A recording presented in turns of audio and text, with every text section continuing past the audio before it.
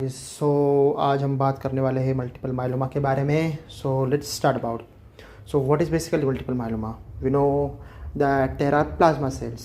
तो plasma cell कहाँ से आते हैं? When B lymphocytes differentiate, so the differentiated B lymphocytes turns into plasma cells and these plasma cells produce antibodies. So होता क्या है मल्टीपल माइलोमा में? That these plasma cells behaves abnormally, और जो एंटीबॉडीज प्रोड्यूस होते हैं वो भी एबनॉर्मल होते हैं।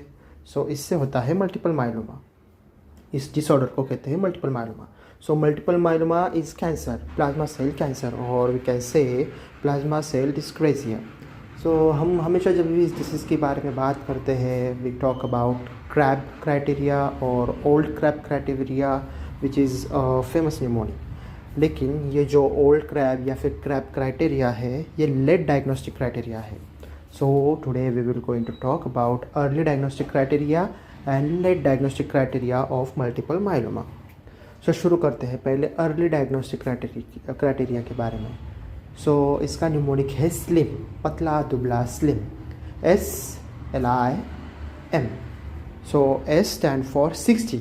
तो इसमें होता है ऐसे है कि 60% ऑफ एबनॉर्मल क्लोनल सेल्स ये तुम्हें बोन मैरो में दिखेंगे जब आप डायग्नोसिस करने जाओगे मल्टीपल माइलोमा का।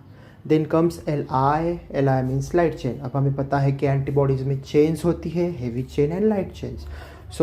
इसमें लाइट चेन में कापा बाय लैम्बडा का जो रेशियो है वो मोर देन 100 हो जाता है। डायग्नोस्टिक क्राइटेरिया में ये हमें दिखेगा। M stand for MRI।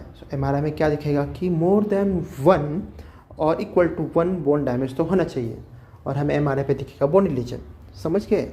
S stand for 60% of abnormal clonal cell, LI for light chain and M for MRI। तो MRI में मोर देन 1 बोन डैमेज होना चाहिए, लाइट चेन का कैपा बाय लैम्बडा का रेशियो मोर देन 100 होना चाहिए, और 60% of abnormal clonal cells in bone marrow दिखनी चाहिए। ये हो गया अर्ली डायग्नोस्टिक क्राइटेरिया। और रह गई अब लेट डायग्नोस्टिक क्राइटेरिया की बात। ये तो हम बहुत पहले से पढ़ते आ रहे हैं। Old crab. ओल्ड मतलब क्या? Old patient. मोस्टली ये जो पेशेंट होते हैं वो ओल्ड होते हैं इसलिए। और CRAB, C stand for calcium. What we see here is hypercalcaemia. R for renal insufficiency. Renal insufficiency कैसे पता चलेगा हमें? जब क्रिएट का लेवल बढ़ जाएगा। A for anaemia. Anaemia means इसमें हमें दिखेगा हेमोग्लोबिन की मात्रा कम। एंड B फॉर बोनेलाइटिक लीजन, और लीजन मोर देन 5 mm।